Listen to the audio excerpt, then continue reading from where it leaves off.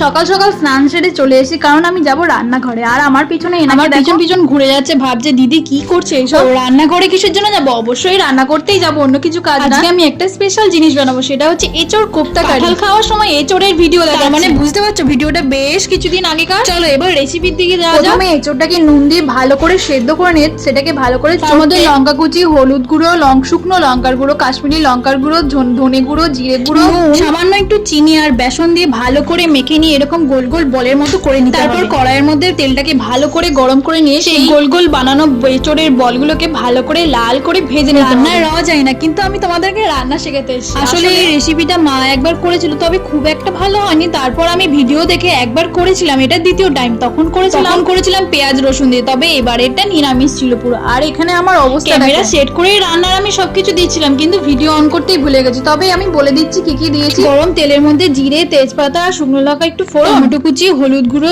জিরে গুঁড়ো, ধনে গুঁড়ো, কাশ্মীরি লঙ্কার গুঁড়ো, নুন আর টক দই দিয়ে ভালো মতো কষিয়ে নিয়ে একটু জল দিয়ে সেই ভাজা এঁচড়ের বড়াগুলোকে দিয়ে দিলাম। একটুখানি ভালো মতো ফুটে গেলেই মেথি পাতা দিয়ে নামিয়ে দিলেই ব্যাস রেডি আমার এঁচড় কোপ্তা কারি। প্রথমবার একটা মানে ওই পেঁয়াজ রসুন দিয়ে যখন করেছিলাম খুব একটা ভালো হয়নি, কিন্তু দ্বিতীয়বারে মানে এই নিরামিষটা কিন্তু বেশ ভালো খেতে হয়েছে।